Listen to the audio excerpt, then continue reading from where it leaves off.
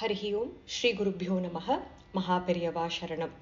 Shri Soundarya Lahari, Shri Soundarya Lahari, explanation of verse 61. Asau Nasa Vamshah Tuhina Giri Vamsha Dhvajapati Tvadiyo Nediyah Phalatu Phalamasmaka Muchitam Vahatyantar Muktaha Shishira Nishwasa Galitam Samridhya Yattasam Bahirapicha Mukta Manidharaha. Verse 56 describes Ambikai's beautiful eyes. Verse 57 compares the beautiful lotus-like eyes to that of a cool moon's rays. Verse 58 compares Ambikai's eyes to that of the bow which is carried by Manmatha. Verse 59 describes Ambikai's face like Manmatha's chariot and how the darshan of that beautiful face bestows a lot of blessings to bhaktas. Verse 60 has a beautiful description of Ambikai listening to the eloquent speech of goddess Saraswati and how her earrings approve the greatness and the beauty of that speech. Now comes the description of Ambikai's sharp nose and the ornament that adorns it. Let us look at the Padacheda and then detailed explanation. Asau Nasa Vamshah Tuhina Giri Vamsha Dhvajapati Tvadiyah Nediyah Phalatu Phalam Asmakam Uchitam Vahati Antaha Muktaha Shishirakara Nishwasaha Galitam Samridhya Yat Tasam Bahihi Api Cha Mukta Manidharaha. Asau Nasa Vamshah Tuhina Giri Vamsha Dhvajapati. Tuhina Giri, the snowy mountain, Himalayas, Himavan. Vamsha Dhvajapati, the banner of the race. In this verse, Adi Shankara Bhagavad Padad addresses Ambikai as, O Ambikai, you are the banner of the race of the snowy mountain Himavan. Asau, this, Nasa Vamshah, the bamboo-like bridge of the nose. Tvadiyah Nediyah Phalatu Phalam Asmakam Uchitam. Tvadiyah, your, Nediyah, which is imminent, Phalatu Phalam, let the reward fructify. Asmakam, for us, Uchitam, appropriately. O the banner of the race of the snowy mountain, let this bamboo-like bridge of your nose fructify for us the reward which is imminent and appropriate. Vahati antaha muktaha shishira nishwasaha galitam. Vahati, that which bears, antaha muktaha. The bamboo bearing pearls within is by a poetic convention. Shishira Kara Nishwasaha, the cool exhalation out of the left nostril controlled by the moon, hence it emits coolness. Here emitting a pearl, Galitam, flowing. Samridhya Yat Tasam Bahihi Apicha Mukta Manidharaha. Samridhya Yat, from the profusion of which Tasam Bahihi Apicha, and on the outside also, indicating the ornament worn on the nose ring. Mukta Manidharaha, bears the pearl, which is the nose ornament. O the banner of the race of snowy mountain, let this bamboo-like bridge of your nose fructify for us the reward which is imminent and appropriate. The nose bears pearls within, and flowing from the profusion of which, by the cool exhalation through the nostril, it carries the pearl, the nose ornament, on the outside also. O goddess who is the flag of the clan of Himalayas, let your nose, which is like a thin bamboo, give us the blessings which are apt and immediate. I feel, mother, that you are wearing a rare pearl brought out by your very own breath through your left nostril. For your nose is a storehouse of the rarest divine pearls. Ambikai's nose is comparable to a freshly blossomed champaka flower. The gleam of diamonds worn on the ornaments of her nose puts to shame the combined shine of stars in the sky. May that bamboo-like nose of Ambikai immediately bear the cherished fruit of pearl, which is Kaivalya to us sadhakas. The fact that Ambal's nose wears an ornament of pearl outside is taken advantage by the poets, who represent it as one of the pearls in the hollow of the bamboo-like nose cast by the exhaling breath of Devi, thus forming an index to the pearls inside. The left side of the nose is of Ida Marga against Pingala, which is exhaling. The Ida Nadi tends to generate Amrita Bindus, which once crystallized would form superior pearls, as eventually would enhance the brightness, since they turn into excellent nose rings. It is natural that the Nasika Danda defines the Sugandhas, or the sweet odors of fresh flowers like Nava Champaka Pushpas.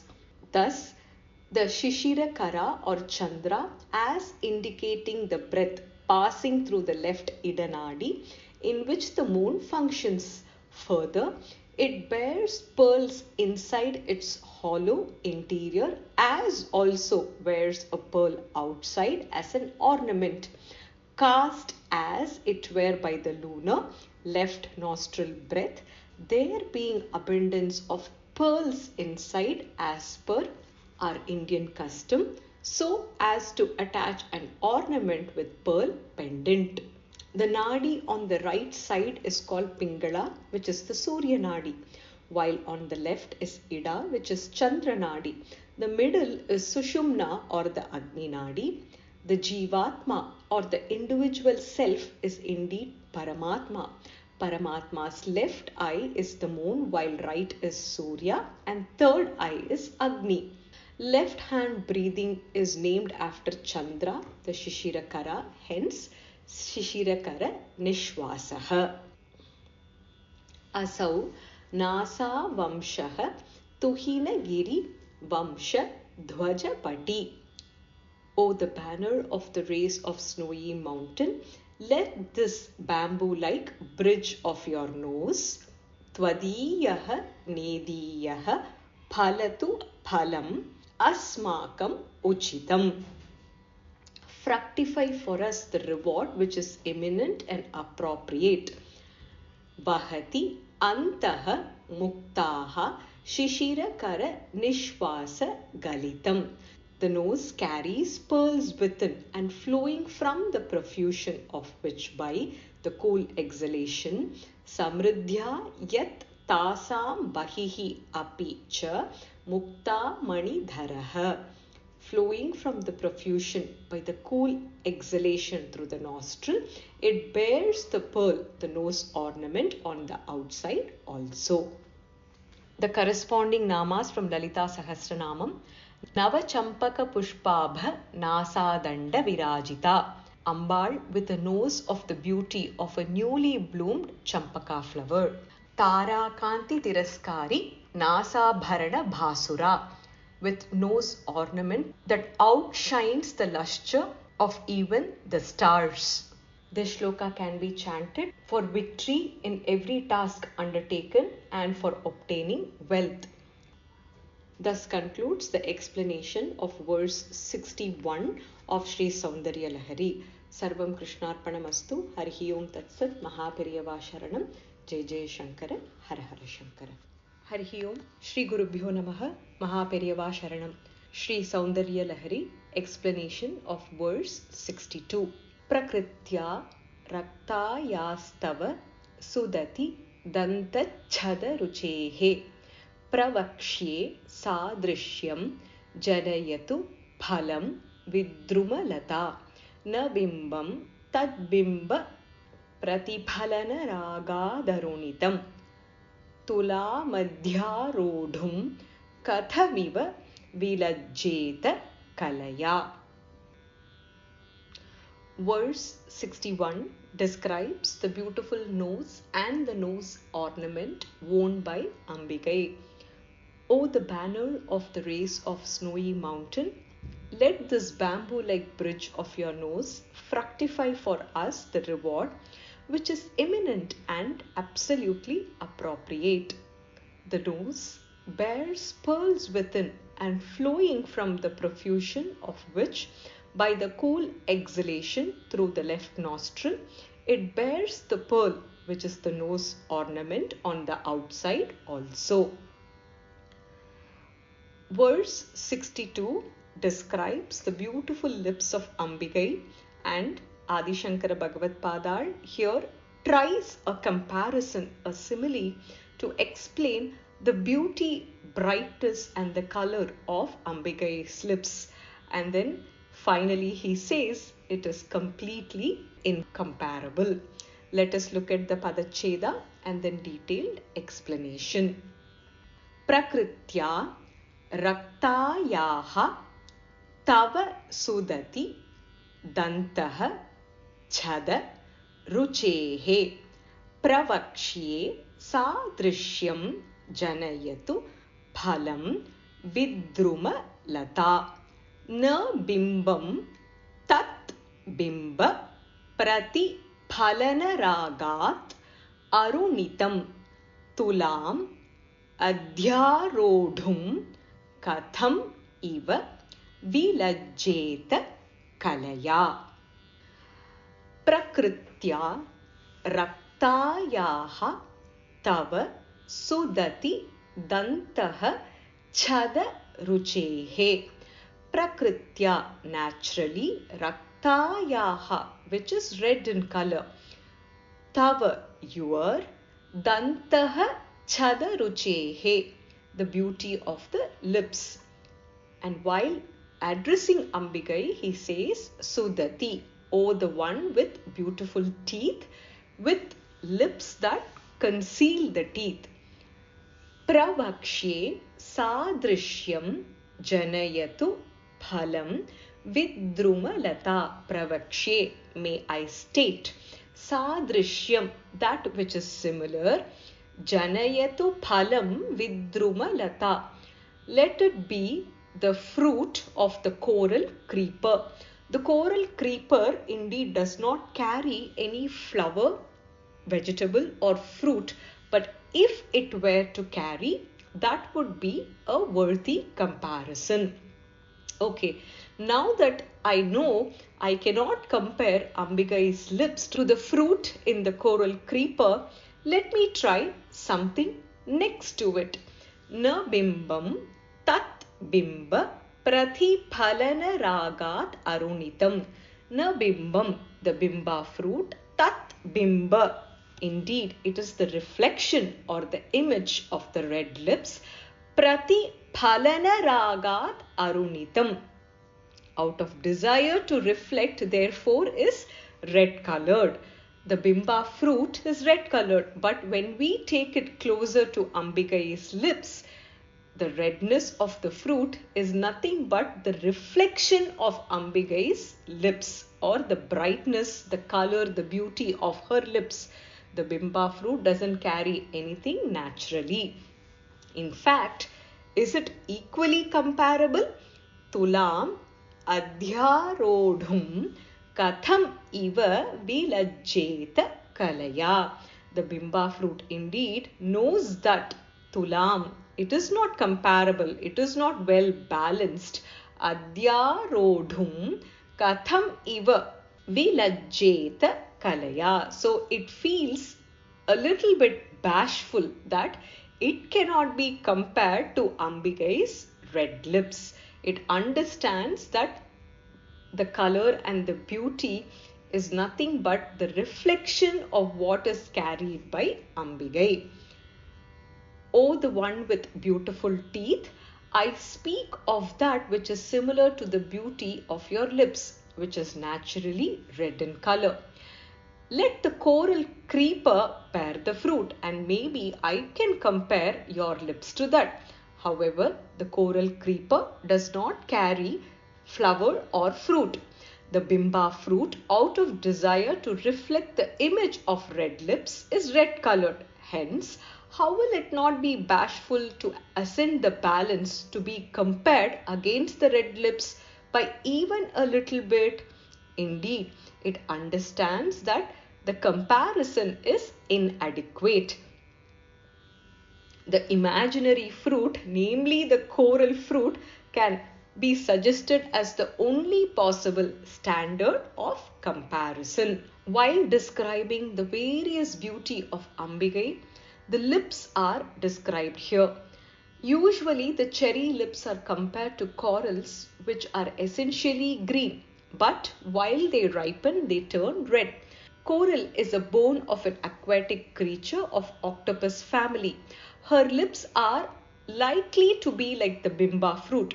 However, bimba is the pratibimba or the reflected image of the fruit. Ambikai's lips are the original bimba. Hence, playfully, she made the image of her red lips to fall on the shiny outer layer of the bimba fruit. Nonetheless, the redness of the fruit to the same degree as the lips of the goddess is not possible. Hence, by exerting maximum, the bimba fruit realized that it could just not compete with Ambigai's lips in acquiring redness and beauty. Thus is ashamed and blushes in shyness, since even it could not compete with those of mother's lips. Ambigai's lips are indeed incomparable. O goddess who has beautiful rows of teeth, I tried to find a simile to your beautiful red colored lips, and I can only imagine the fruit of coral creeper or coral vine. The bimba fruit hangs its head in shame on being compared to your lips, as it tried to imitate your color from you. However, it knows that it has failed miserably. Nothing can be compared indeed to your beautiful red colored lips. Prakritya raktayaha tava sudati dantaha chadaruchehe. Naturally, which is red in color, your beautiful lips, O the one with beautiful teeth, pravakshye sadrishyam janayatu phalam vidrumalata. I speak of that which is similar, which is potentially the coral creeper with the red colored coral fruit. Na bimbam tat bimba pratiphalanaragat arunitam. The bimba fruit only carries the image or the reflection of your red lips out of the desire to exhibit the redness. Tulam adyarodhum katham iva vilajjeta kalaya. Indeed, how will it not be bashful to ascend the balance of comparison to be weighed against your beautiful red colored lips? Hence, it feels embarrassed a little bit. Ambigai's beautiful lips are indeed incomparable. The corresponding namas from Lalita Sahasranamam. Nava Vidruma Bimbashri Nyakkari Radanachada. Her lips put to shame the color of coral and the bimba fruit. This shloka can be chanted to obtain different kinds of wealth and also to experience deep sleep. Thus concludes the explanation of verse 62 of Sri Soundarya Lahari. Sarvam Krishnarpanamastu. Harihi Om Tatsat. Mahaperiyava Sharanam. Jai Jai Shankara. Hara Hara Shankara. Harihi Om. Shri Gurubhyo Namaha. Mahaperiyava Sharanam. Soundarya Lahari. Explanation of verse 63. Smita Jyotsna Jalam Tava Badana Chandrasya Pibatam Chakoranam Asit Ati Rasataya Chanchu Jadima Ataste Shitamshoho Amrita Laharim Amla Ruchayaha Pibanti Swachandam Nishi Nishi Bhrisham Kanjikadhiya. Verse 61 describes the bamboo-like nose of Ambikai and the nose ring that adorns Ambikai's nose. O the banner of the race of snowy mountain, let this bamboo-like bridge of your nose fructify for us the reward which is imminent and appropriate. The nose bears pearls within, and flowing from the profusion of which, by the cool exhalation through the nostril, it bears the pearl, the nose ornament, on the outside also. Verse 62 describes the beauty and the brightness of Ambikai's lips, and indeed there is nothing which is equivalent or comparable to her beautiful lips. O the one with beautiful teeth, I speak of that which is similar to the beauty of your lips, which is indeed naturally red. Let the coral creeper bear fruit, the bimba fruit, out of desire to reflect that image, the red lips, is also red in color. However, how will it not be bashful to ascend the balance for being weighed against the red lips by even a little bit? It is worth to note that the bimba fruit compared to the red lips by poets is inadequate in this case. Hence, an imaginary fruit, namely the coral fruit, is suggested as possible standard of comparison. Verse 63 describes the smile on Ambikai's moon-like face. Let us look at the Padacheda and then detailed explanation. Smita Jyotsna Jalam Tava Vadana Chandrasya Pibatam Chakoranam Asit Ati Rasataya Chanchu Jadima Atah Te Shitam Shoho Amrita Laharim Amla Ruchayaha Pibanti Swachandam Nishi Nishi Bhrisham Kanjika Dhiya. Smita Jyotsna Jalam Tava Vadana Chandrasya Pibatam. Smita, the smile. Jyotsna Jalam, the mass of the moonlight. Tava Vadana Chandrasya, of your face which looks like the moon. Pibatam, drinking. Drinking the mass of the moonlight of your smile which is embedded in your moon-like face. Who is drinking the mass of moonlight?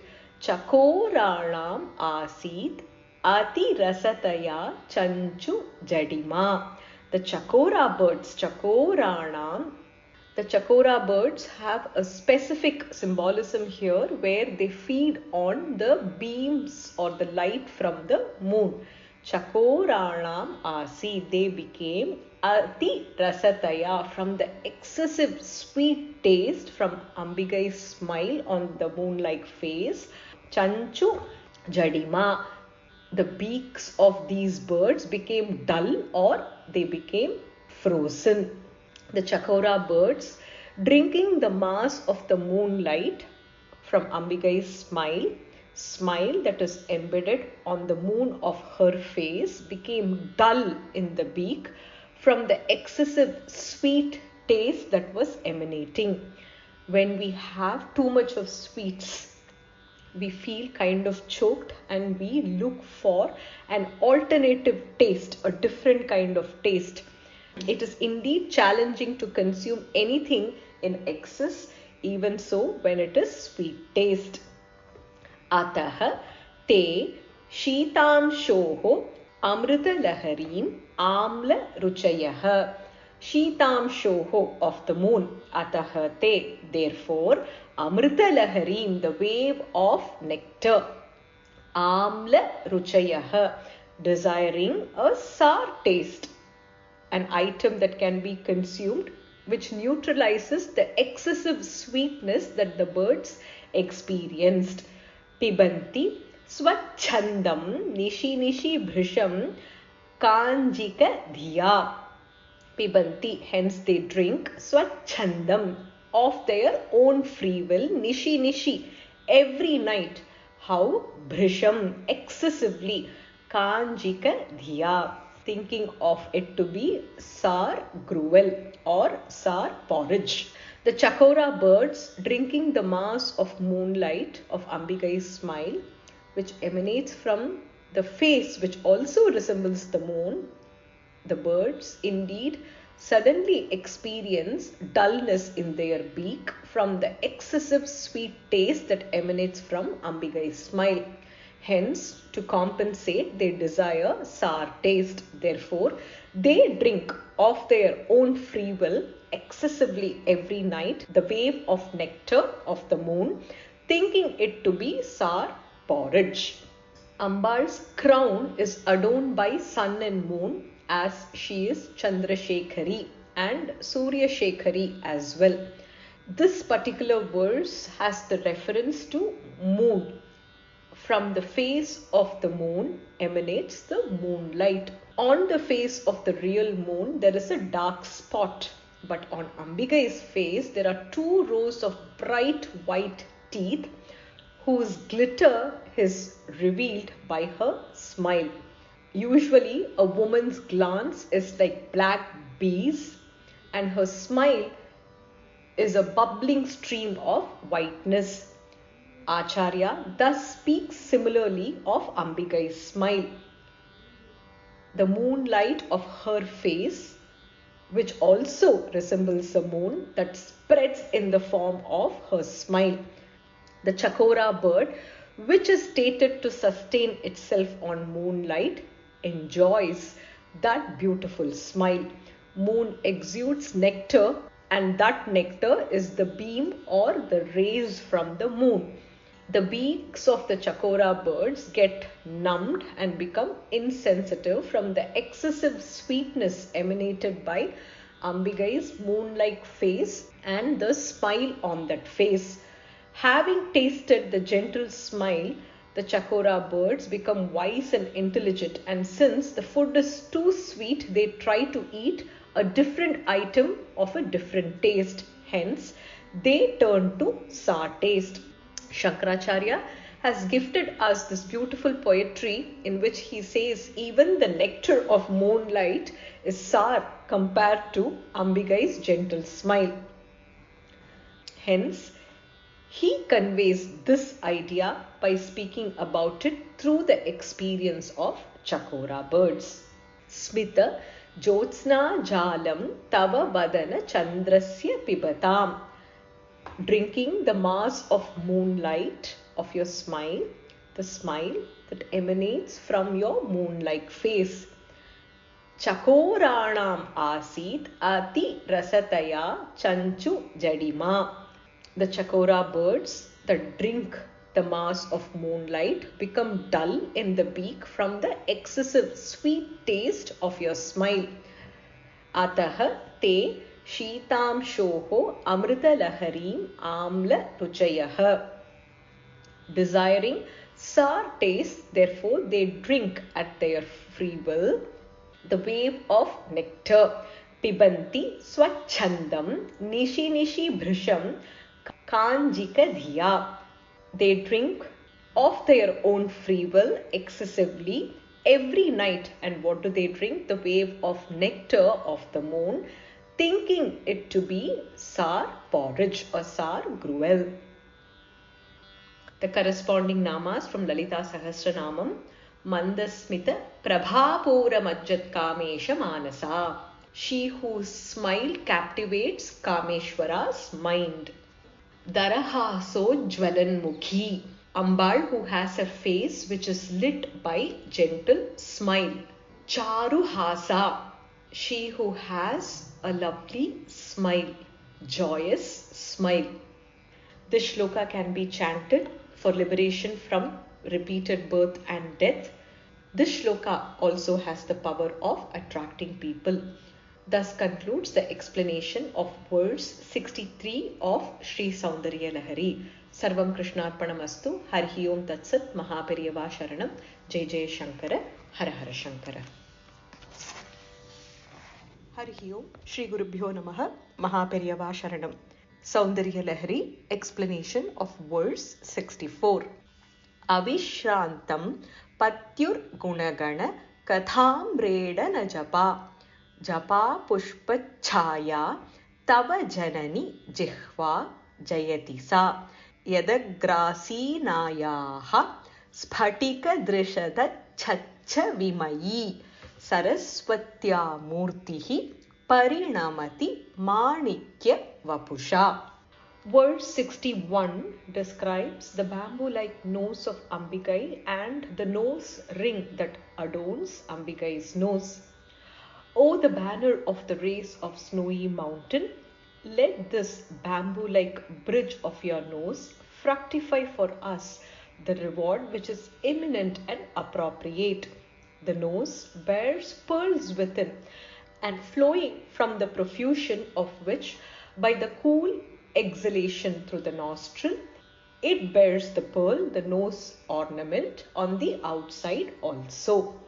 Verse 62 describes the beauty and the brightness of Ambikai's lips, and indeed there is nothing which is equivalent or comparable to her beautiful lips. O the one with beautiful teeth, I speak of that which is similar to the beauty of your lips, which is indeed naturally red. Let the coral creeper bear fruit, the bimba fruit, out of desire to reflect that image, the red lips, is also red in color. However, how will it not be bashful to ascend the balance for being weighed against the red lips by even a little bit? It is worth to note that the bimba fruit compared to the red lips by poets is inadequate in this case. Hence, an imaginary fruit, namely the coral fruit, is suggested as possible standard of comparison. Verse 63 describes the smile on Ambikai's moon-like face. The chakora birds drinking the mass of moonlight of Ambikai's smile, which emanates from the face which also resembles the moon. The birds indeed suddenly experience dullness in their beak from the excessive sweet taste that emanates from Ambikai's smile. Hence, to compensate, they desire sour taste. Therefore, they drink of their own free will excessively every night the wave of nectar of the moon, thinking it to be sour porridge. After describing Ambikai's row of teeth, her lips, verse 64 describes Ambikai's tongue. Let us look at the Padacheda and then detailed explanation. Avishrantam patyuhu gunagana katha amredana japa. Japa pushpa chaya tava janani jihva jayati sa. Yat agra asinayaha sphatika drishat acha chavimayi saraswatyaha murtihi parinamati manikya vapusha. Avishrantam patyuhu gunagana katha amredana japa. Avishrantam, unceasingly, without stopping, patyuhu, of her husband, Lord Shiva. Gunagana katha, the stories enumerating his virtues. Amredana japa, by repeated prayer. By unceasingly repeating the stories that enumerate the virtues of Lord Shiva. Japa pushpa chaya tava janani jihva jayati sa. Japa pushpa chaya, the color of the hibiscus flower, red color.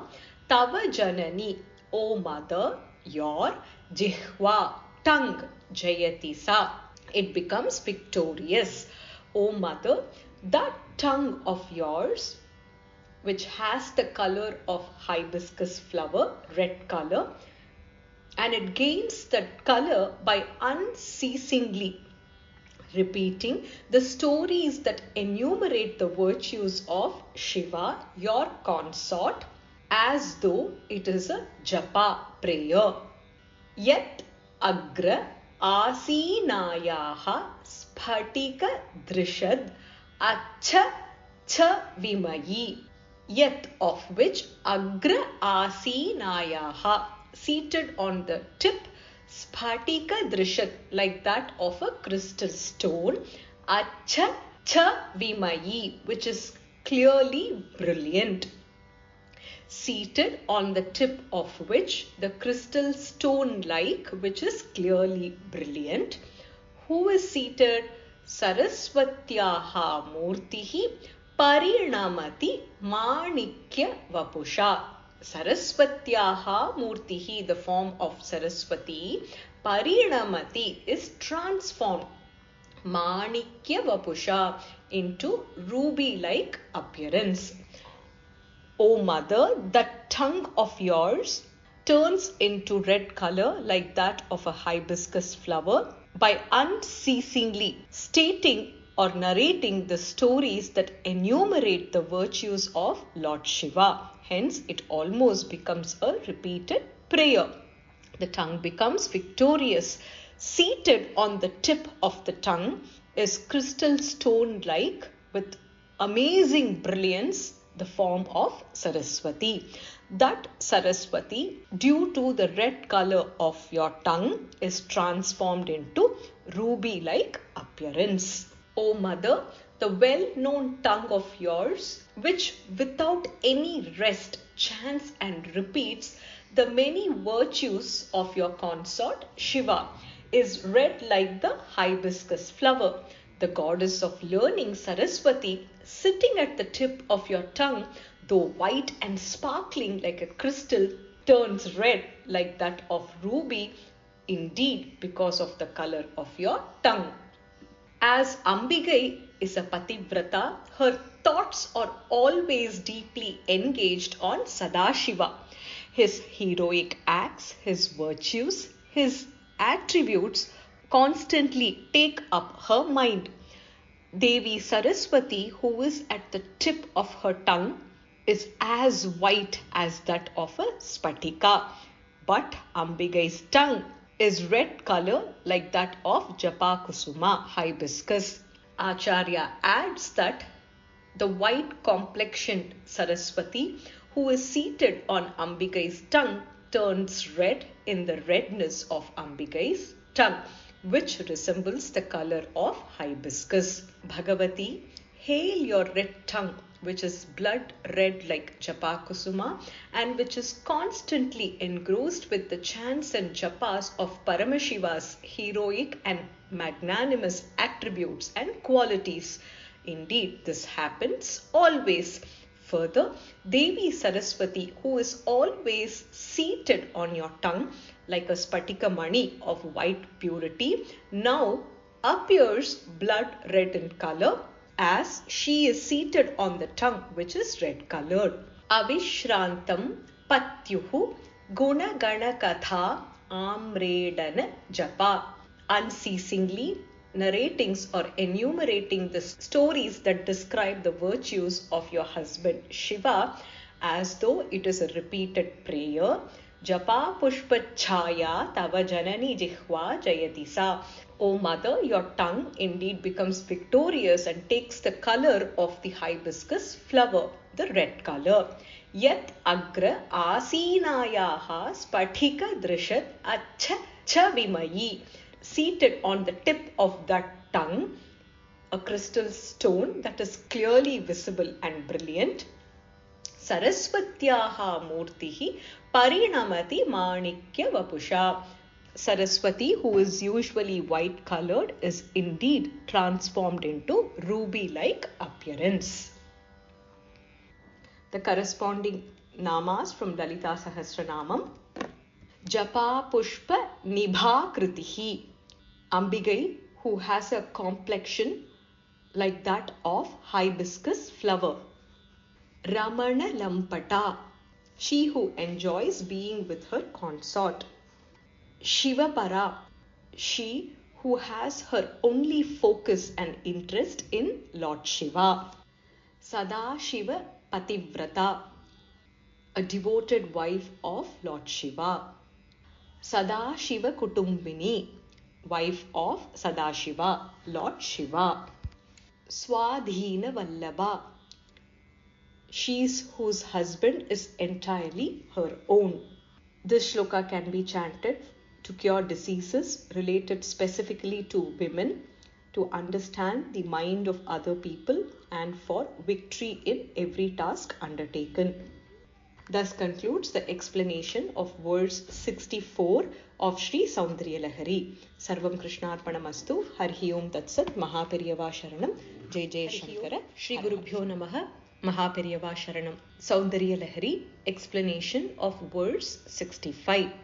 Rane jitva daityan apahrita shirastraih kavachibhihi nivrittaih chandamsha त्रिपुरहर निर्माल्य विमुखैः विशाखेन्द्रोपेन्द्रैः शशिविशद कर्पूरशकलाः विलीयन्ते मातः तव वदन ताम्बूलकबलाः. Verse 61 describes the bamboo-like nose of Ambikai and the nose ring that adorns Ambikai's nose. O the banner of the race of snowy mountain, let this bamboo-like bridge of your nose fructify for us the reward which is imminent and appropriate.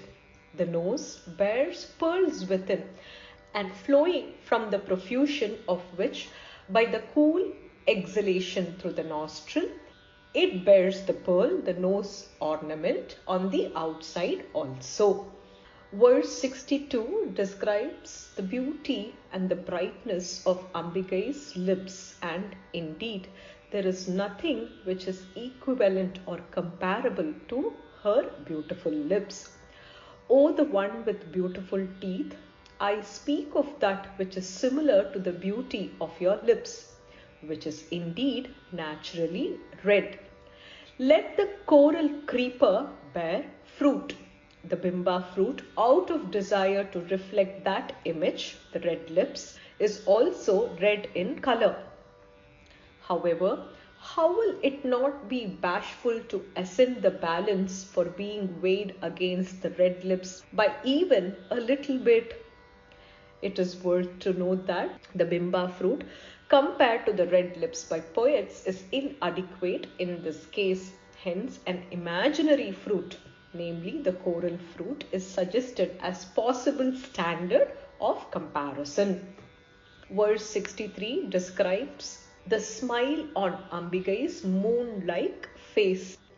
The chakora birds drinking the mass of moonlight of Ambikai's smile, which emanates from the face which also resembles the moon, the birds indeed suddenly experience dullness in their beak from the excessive sweet taste that emanates from Ambikai's smile.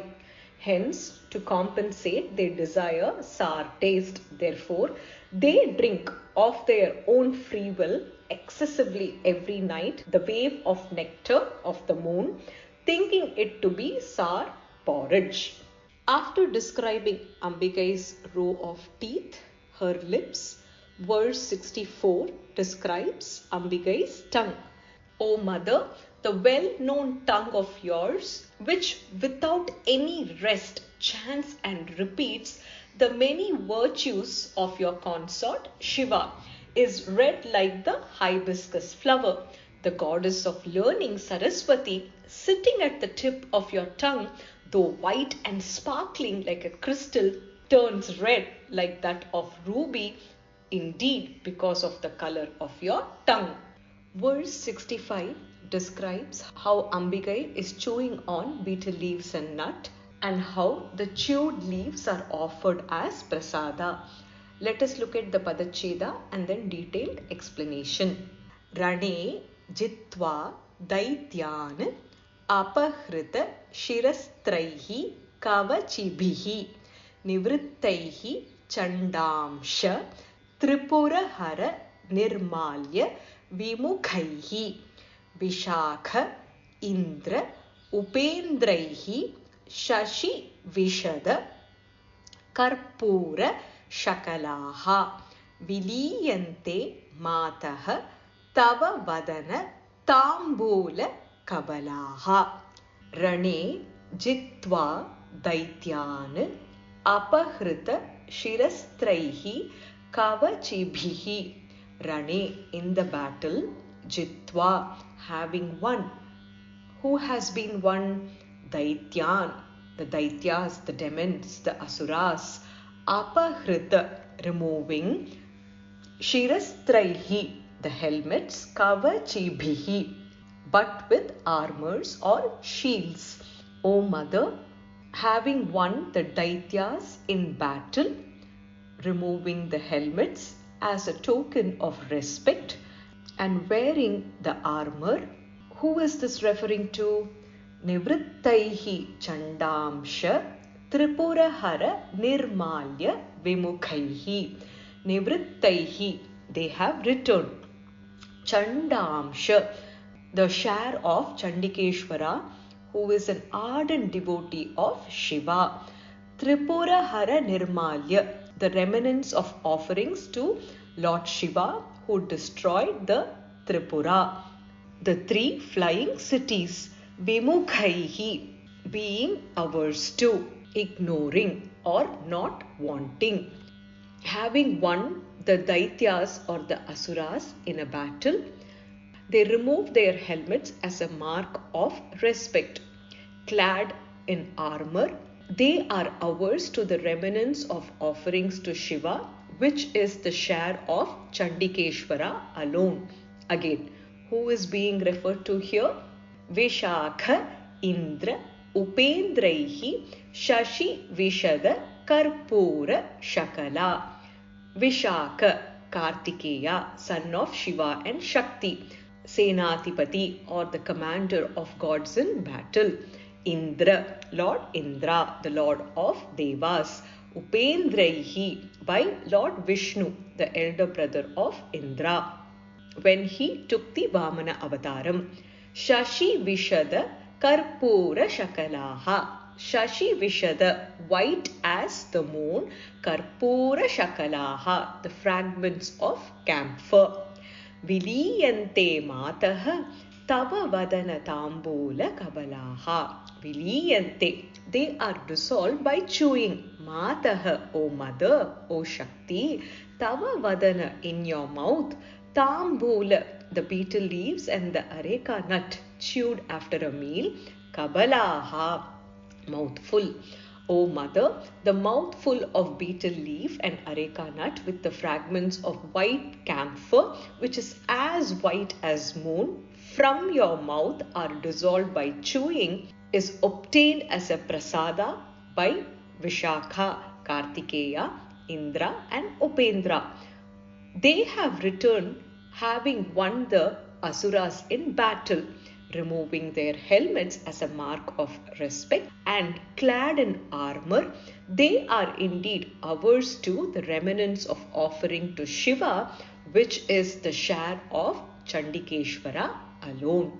O the mother of the world, Lord Subramanya, Vishnu and Indra, returning and resting after the war with Asuras, having removed their headgear as a mark of respect, wearing their iron jackets or armor or kavacham, they are not interested in the leftover after worship of Shiva, which belongs to Chandikeshwara, and are swallowing with zest, taking as prasada the half-chewed betel from your holy mouth, which has the camphor as white as the moon. It is one's white teeth that makes one's smile bright. After mentioning this idea, Acharya adds that the white complexioned Saraswati turns red in the redness of Ambigai's tongue. The next stanza, which is verse 65, refers to the remains of Tambula or the betel leaf juice taken by Ambigai, which are both red and white. The tongue and teeth and lips are used in chewing the Tambula. Tambula no doubt makes the mouth red, but the white flakes of camphor in the Tambula look like the moon pulverized. As Saraswati adores Amba, she seeks to compromise with the whiteness of Saraswati, thinks Acharya. A mouthful of betel leaves is one of the characteristics of a Sumangali, Tambula Puritamukhi Dadimi Kusuma Prabha, or satisfied with mouthful of betel leaf juice and likened with redness of pomegranate flower. Having given this background, Shankaracharya explains further that the scent of Ambal's Tambula juice enabled Devasenatipati Kartikeya, Indra, Devendra, Upendra, Vishnu to subdue the evil energies of Daityas.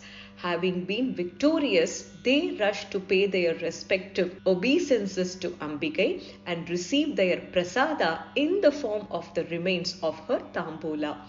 Acharya describes the ceremony of Amba being pleased to give the prasadam to Kumaraswamy, the commander-in-chief of Devaganas.